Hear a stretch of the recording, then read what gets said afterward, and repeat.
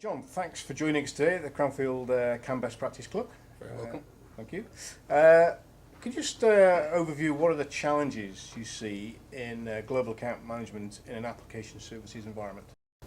So I think there are a number of challenges. One of the key ones is when a strategy is determined by a global company, how they enforce that strategy in local countries. Where those local countries hold their own P&L, they have a great deal of power. They may have been built through acquisition and have very different landscapes, different strategies, different markets, different agendas. How you enforce a global strategy and how you deliver to that global strategy remotely is a massive challenge for us. So there are a number of things that we've learned over time, and one is to try and build consensus in the CTOs, the CIOs and the CEOs of the local countries. And we do that by trying to understand the relative business priorities. Maybe not gaining complete consensus, but gaining a significant way towards consensus. So what's more important? Is it avoiding risk? Is it reducing cost? Is it increasing speed? Or is it a resplendent amount of scope?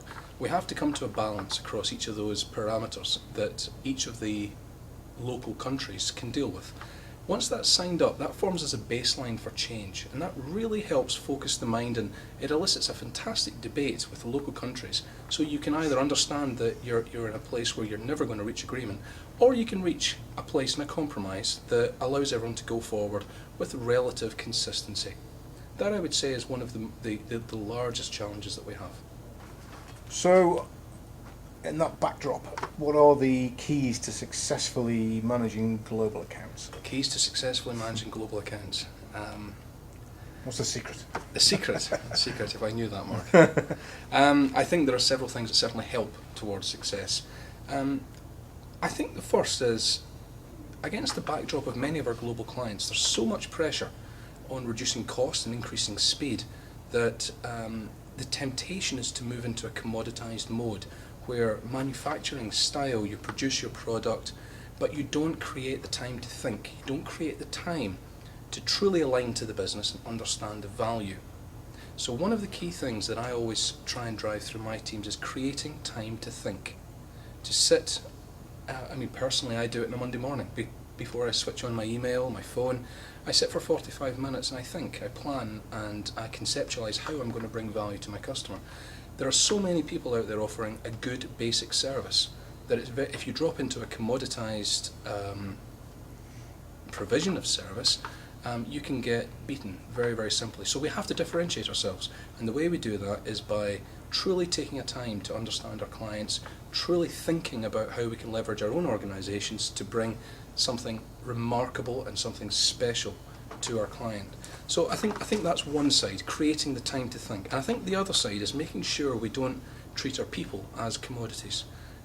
Many of our global accounts, maybe they have 3,000, 4,000, 5,000 people. And many of those services are delivered from remote locations. And we forget that there's real people with real knowledge and real experience there. So the challenge is, how do you work within that culture, but give real meaningful careers, interests, and retain the talent on your team?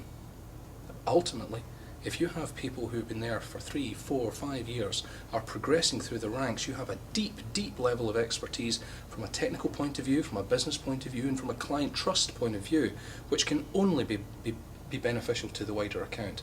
So constructing a way to give real careers to people who you might not necessarily see each day, but are at the heart of the success of your business.